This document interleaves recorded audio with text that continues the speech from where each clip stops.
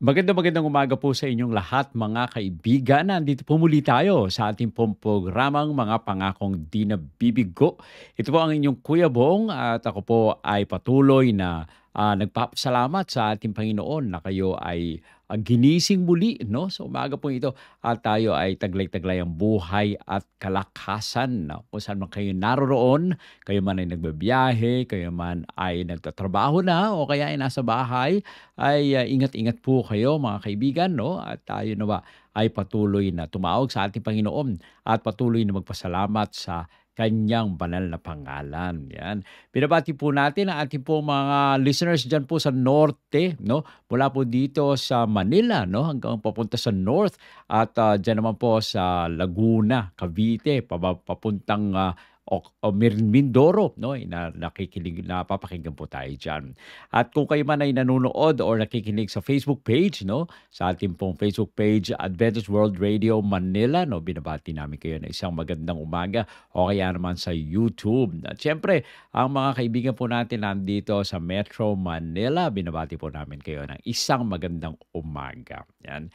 Ang ating pong mga telepono, no? Kung gusto nyo mag-text o gusto nyo tumawag ay 0917-174-2777 o kaya naman sa 0918-944-7891. Yan. At syempre po, no, tayo po ay nagpapasalamat sa ating Panginoon sa pagkakataon na ito na tayo po ay magkakasama at tayo po ay nag-aaral ng salita ng ating Panginoon. At syempre, huwag po ninyong kakalimutan, no, na i-share po ang ating pong Facebook page sa inyong mga kaibigan para sila rin po ay makapakinig ng salita ng ating Panginoon. So ang focus po natin ngayon sa umaga po ito, facing the future without fear. No? Pagharap sa kinabukasan na walang kinatatakutan. Ano po ba ang mga ninanais po nating mangyari sa ating pong future? Paano po natin malalampasan yung takot, no? At sa ating pong mga gagawin sa hinaharap o kung ano man ang mangyayari sa hinaharap. Ano po ba ang sinasabi ng Biblia tungkol sa takot, no? At yung sinasabi ng Biblia naman sa pagtitiwala sa Diyos, no? Paano tayo magdudulot ng kapayapaan kapag tayo po ay humawak sa mga pangako ng ating Panginoong Diyos, no? Sa mga bagay-bagay dito sa mundo na walang katiyakan. At ang pinakauli, ano po ang praktikal na hakbang na ating po maaaring gawin upang yung ating pong pamumuhay ay magkaroon ng higit na pananampalataya. At hindi takot ang mararamdaman po natin o mararanasan. Kaya yan po, no, ang ating pong title ngayon sa umaga pong ito, Facing the Future Without Fear. Paano nga ba? No? Paano nga ba natin haharapin ang ating pong hinaharap ng walang takot? Which brings us to our text for this morning. Sabi po dito sa Isaiah 41:10. So do not fear, for I am with you. Do not be dismayed, for I am your God. I will strengthen you and help you. I will uphold you with my righteous right hand. Ang ganda po, no? Sabi po talaga dito, talagang binibigyan tayo ng pangako ng ating Panginoon na huwag po tayong matakot dahil, ano yung pangako? Ang ating Panginoon ay sumasa atin. Ano pa yung sinabi niya? Huwag kayong manlupaypay. Ano ba yung manlupaypay? Manghina. No? At tingnan lang po natin at panghawakan yung pangako ng ating Panginoon. Bakit daw tayo huwag maglupaypay? Sapagkat ang ating Panginoong Diyos ay kasama po natin. No? Siya po ang hahawak sa atin ng kanyang mapagpalang kamay. No? Kaya nga, tayo sa lahat ng pagkakataon, mga kaibigan, ninanais ng ating Panginoon na tayo po ay laging akayin at maging maayos ang ating pong buhay. Okay? So, ano po ang ating pong acronym ngayon? No? Hinintay po natin yung acronym, Facing the Future Without Fear. O, nandyan din yung acronym natin, yung fear. Yan. Sa hinaharap po natin, huwag tayong magkaroon ng takot. Okay? So, instead of having fear, tandaan po natin yung F-E-A-R. Oh, F, focus on God's faithfulness. No?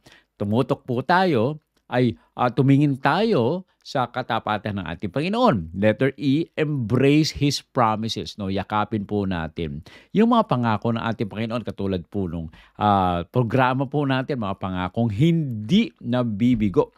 At yung letter A, act in faith, not panic. Wag daw. Kumilos daw po tayo sa pananampalataya at hindi tayo magpanic. At ang pinakahuli, yung letter R, rest in His sovereignty.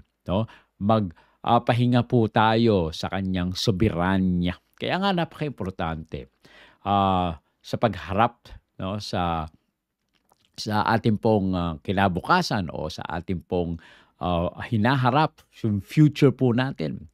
Humarap tayo ng walang takot. Let us face the future without fear. Yan. So tingnan po natin mga kaibigan. Yung pinakauna, F, focus on God's faithfulness. Yun po pala. Isa sa mga paraan para tayo po ay mawala yung takot ay tumutok tayo sa katapatan ng ating Panginoong Diyos. Kasi ang ating Panginoong Diyos hindi kailanman nabigo. Sa mga nakaraan nating mga pagkakataon, hindi po nabigo ang ating Panginoon. Ang kanyang track record na sinasabi po natin ay katapatan. At ito po ay nakaangkla sa salita ng ating Panginoong Diyos. Yung hinaharap po natin ay hindi po tayo mahihirapan. Kaya napaka-importante na focus on God's faithfulness. Ating pong pagtuunan ng pansin, mga kaibigan, ang katapatan ng ating Panginoon. Sabi po sa Lamentations 3:22-23, great is your faithfulness. Dakila ang iyong katapatan. Meron tayong awitin na yung great is thy faithfulness, O God my Father. Napakaganda po ng awitin na yun. Kung meron kayong pagkakataon na awitin ulit yun, yung great is thy faithfulness, nagbibigay ng kalakasan sa ating pong mga kalooban. Napaka-importante po na tandaan po natin itong palagi. Ang ating Panginoon ay dakila. Dakila ang kanyang katapatan. Sa Deuteronomy 7:9, ito po ang sabi, now therefore that the Lord your God is God, He is the faithful God. Alam po natin po ang ating Panginoon, ang siyang ating Panginoong Diyos. Siya ay tapat na Diyos. Hindi po siya nagbabago mula noon hanggang ngayon. Tapat pa rin siya sa bawat isa sa atin. Sabi po ni Corrie ten Boom, never be afraid to trust an unknown future to unknown God. Wag daw po nating ikatakot na magtiwala sa isang kilala na Diyos. At ilatag po natin o ihayag po natin ang ating pong agam-agam sa ating Panginoong Diyos dahil siya po ay kilala. Wag po natin siyang talikuran bagkus tayo po ay magtiwala sa Kanya. Sabi naman ni A.W. Tozer, God's past faithfulness demands our present trust. Yung nakaraang katapatan po ng ating Panginoon ay nangangailangan ng ating pong kasalukuyang pagtitiwala. Napaka-importante po na lubos tayong magtiwala sa ating Panginoong Diyos. Parang isang bata, pag sinabi ng tatay na ikaw ay magtiwala sa akin, ikaw ay magtiwala sa akin. Kaya nga napaka-importante na tayo ay magtiwala sa ating Panginoong Diyos. Kaya po, sa buhay po natin, minsan kailangan po nating pagtuunan ng pansin kung sino yung pinagkakatiwalaan natin. Merong mag-ama, sila po ay medyo may edad na po yung tatay, siguro mga 65 or 70 na yung tatay. At sila po yung naglalakbay patungo doon sa bundok. Maya-maya, yung kanyang anak ay siguro mga 17 years old, ay nahulog doon sa cliff. Pero hindi naman nahulog doon sa cliff. Siya po ay nandun lamang. Pero yung tatay niya, sabi niya, "Anak, wag kang kikilos diyan, 'no. Ikaw lang ay umupo, baka ikaw ay madulas o mahulog, umupo ka lang diyan." Siya po ay yung tatay ay bumalik doon sa bahay, 'no, kumuha siya ng tali, 'no, tali na, malaki, 'no. Habang nando'n po siya sa bahay ay yung may mga dumaan na mga hiker, 'no, at, sinabi nila, "Uy, tutulungan ka namin. 'Wag po kayong mag-alala, yung tatay ko nandiyan, malapit na po siyang dumating. Siya po ang, mag-aalis sa akin dito," 'no. "Oo, pasensya ka na, wala naman kaming masyadong gamit," 'no. At nung sila po ay, nando'n, binabantayan nila yung bata at, nando'n siya nakikipag-usap, nakita nila dumadating, 'no, 70 years old na tatay at, ibinaba yung tali, 'no. Ang sabi nung mga tao, "Uy, kaya niyo po ba tay, kaya niyo? O anak, bata, yung bata okey ka lang ba diyan?" "Opo, okey lang po ako, hahawak po ako dito sa tali." Dahil alam ko at kilala ko yung nakahawak ng tali doon sa taas, 'no. Gano'n po ang tiwala nung bata doon sa kanyang tatay. Yung ibang mga nakatingin ay parang, hindi nila pinagkakatiwalaan yung matanda. Pero yung bata nagtitiwala siya dahil tatay niya yun. Gano'n din po sa atin, 'no, tayo po ay magtiwala sa ating Panginoong Diyos dahil siya ang lumikha sa bawat isa sa atin. At sunod po yung letter E doon sa ating po acronym na FEAR, 'yan.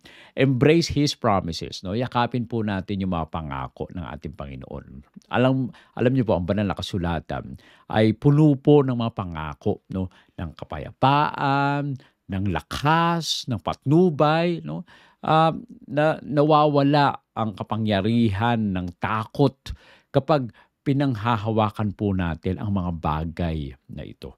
Napakaimportante na ating pong panghawakan ang salita ng ating Panginoon. Yan, embrace the promises, 'no, of His scriptures.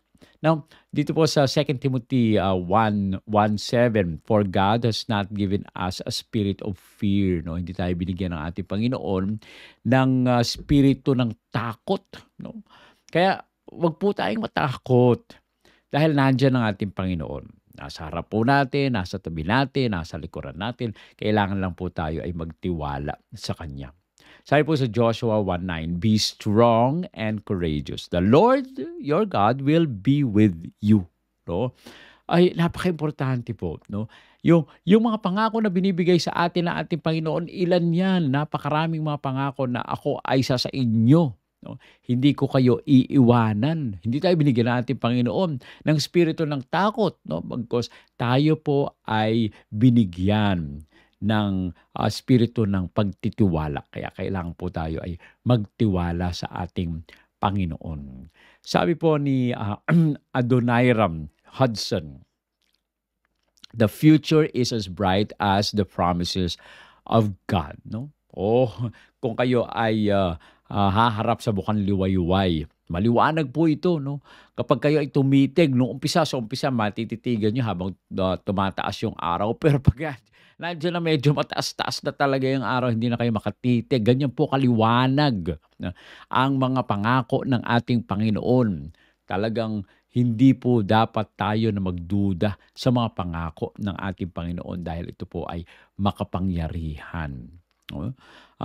Tayo minsan mga tao maaari tayong magsalita, 'no, at tayo ay mangako, 'no, pero, meron tayong saying na, "Promises are made to be broken." Ganyan po ba? Kapag kayo ba ay nangako, natural lang ba na ito ay masisira?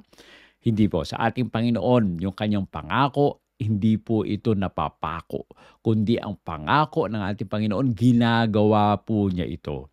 Hindi po ito nawawala. Sabi po ni David Nicholas, "God's promises are like stars. The darker the night, the brighter they shine." Ang pangako daw ng ating Panginoong Diyos ay tulad po ng mga bituin. Kung mas madilim ang gabi, mas maliwanag ang mga ito. Ano ibig sabihin po? 'Pag sinabing madilim, ibig sabihin mga problema, 'no? Sa dinadami, sa pagdami ng problema po natin, 'no, tayo po ay nalulungkot, sa paglakas din naman ng mga pangako ng ating Panginoon. Kaya kapag kayo may problema, mga kaibigan, kayo po ay manalangin, no? At ipanalangin ninyo ang inyong mga problema. At ang ating Panginoon na siyang nangako ay hindi tayo iiwanan because tayo po ay aakayin upang mapanagumpayan po natin yung mga problema natin. Ikaw ba kaibigan ay nananalangin? O wag nating kalimutan na manalangin. No? Dahil ang ating Panginoon, hindi po tayo tatalikuran kundi tayo ay papakinggan sa ating pong mga hinaing, sa ating pong mga hibi, sa ating pong mga panawagan sa Kanya. No? Huwag po tayong magtumalikod kundi tayo ay humarap sa ating Panginoon. At yung pangatlo po, doon sa ating pong word na fear. Yan. Act in faith, not in panic. No? Kumilos daw po tayo sa pananampalataya, hindi sa pagpanic. No? Pagdududa, minsan talagang, ano na nangyayari, no? Tayo po ay nangangamba, no? Dahil sa mga nangyayari sa buhay po natin. Alam niyo po yung pananampalataya, ang nagpapasulong, no? ng ating buhay kahit tayo po ay humaharap sa mga bagay-bagay na hindi po natin sigurado, no? Ang takot ay nagpa-paralyze sa atin, no? Ngunit ang pananampalataya ay nagpapalakas sa atin at nagtutulak sa atin na tayo po ay tumuloy, no? At lumakad na may pagtitiwala sa ating Panginoon. Sabi po sa Hebrews 11:6, without faith, it is impossible to please God. No? Kung wala tayong pananampalataya, ay hindi natin maaaring pagtiwalaan ang ating Panginoon. Pag wala tayong pananampalataya, hindi po natin mabibigyang kaluguran, no? ang ating Panginoon. Kaya napaka-importante po mga kaibigan, no? na tayo ay magkaroon ng pananampalataya. Alam niyo po, minsan ang mga tao ay talagang tumitingin sa mga tao. No? Tayo po ay inisip natin na tayo magtitiwala sa kanila. Meron nga isang acrobat. No? Siya po ay nagpalagay ng kable mula doon sa isang building patungo doon sa kabilang building. No? At nung siya po ay nagpalagay doon, at marami ang kanyang inibitahan, marami naman ang nagpunta kasi talagang kilala itong acrobat na ito. Sinabi niya na kayo ba ay naniniwala na ako ay makakatawid mula dito sa building na ito patungo doon sa kabilang building, no? Palakpakan yung mga tao, no? Sila po ay talagang masayang-masaya at gusto nilang makita, excited po sila na makita yung pagtawid ng acrobat. So siya po ay tumawid, no?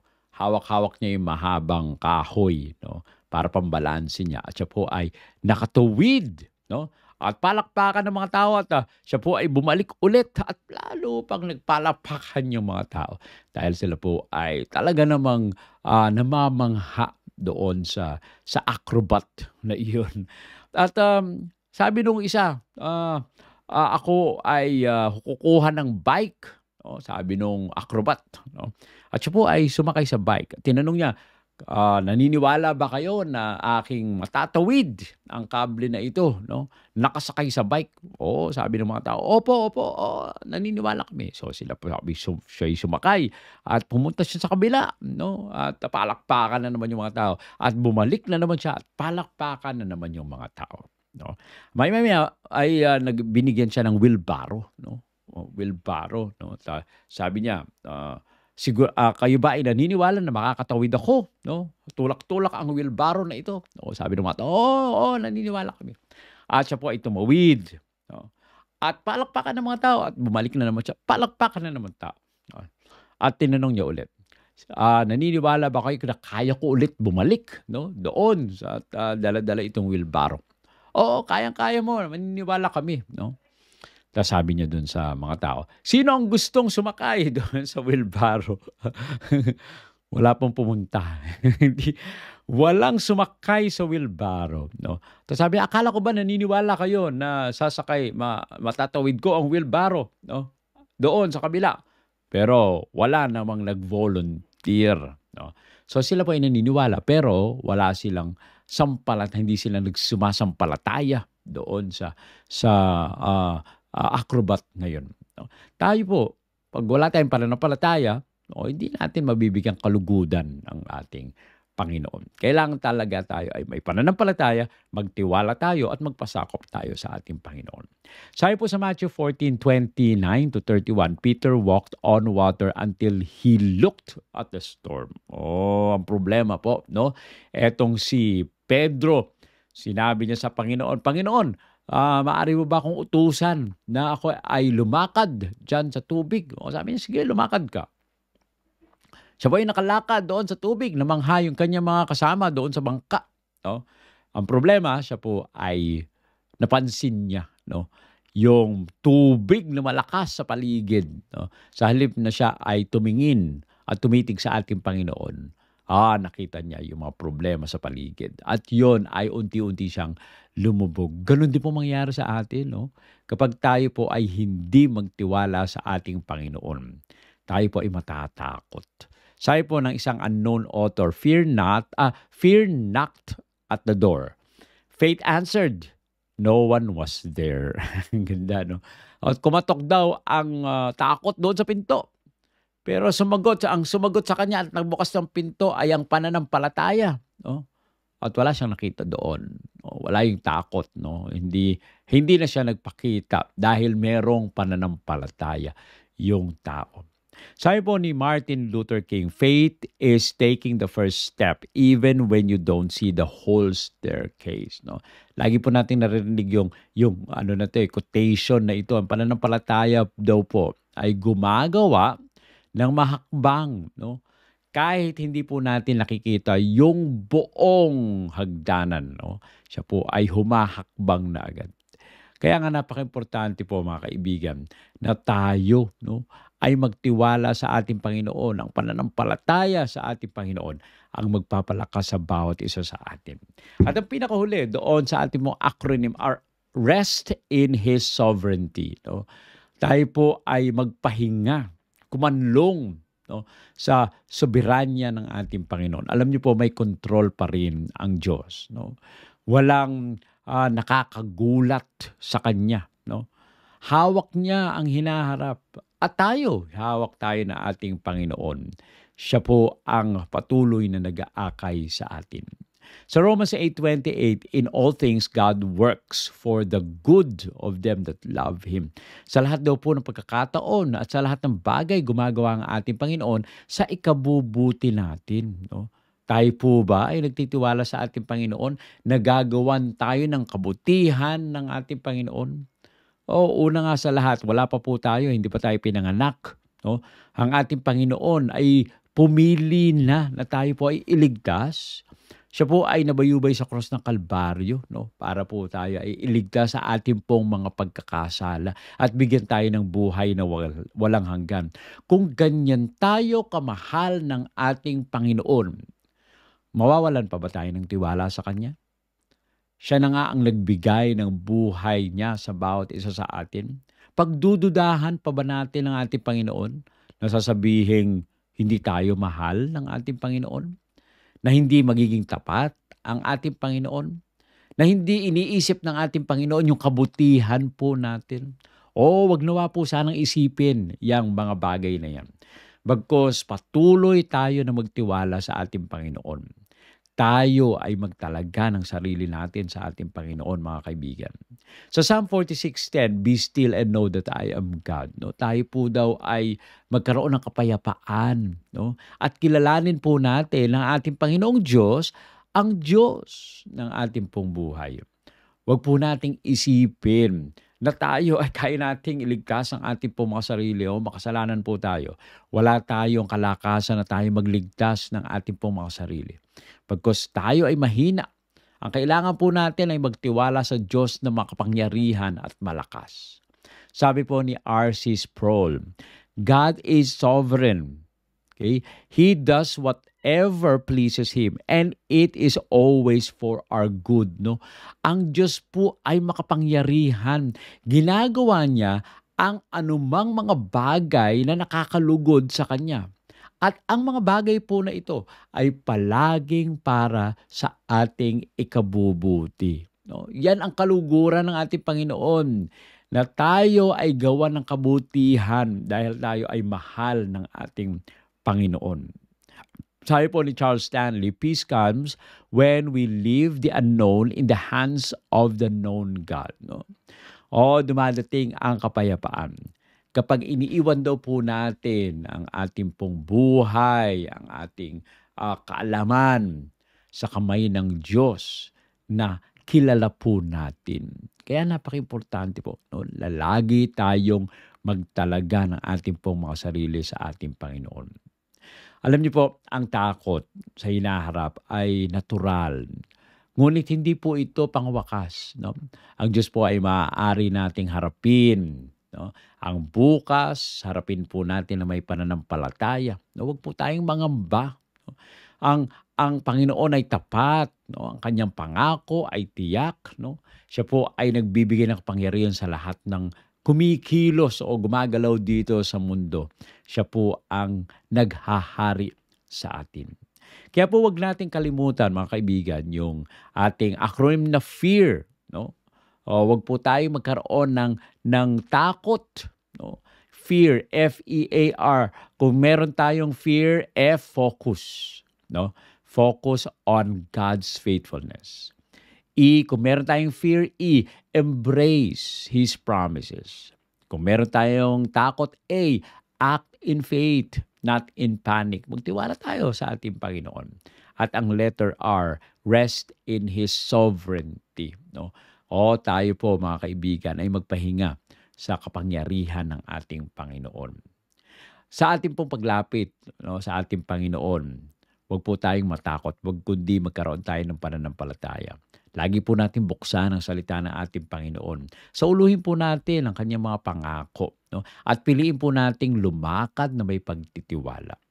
Maaring sarado, no, ang ilan sa mga pintuan. Subalit ang ating Panginoon ay gagawa ng paraan upang buksan ang bintana. No? At tayo po ay magkaroon ng kapayapaan. Tayo po ay manalangin. Ama namin banal Diyos na nasa mga langit. Muli po kaming lumalapit sa inyong banal na harapan. Ang inyong banal na kapangyarihan ang aming pong laging inaasahan. At ang inyong pag-ibig ang patuloy na ibuhos sa bawat isa amin. O Panginoon, kayo ang unang nagmahal sa amin. Kaya naman ninanais namin na kayo ang siyang patuloy na mag-akay sa bawat isa.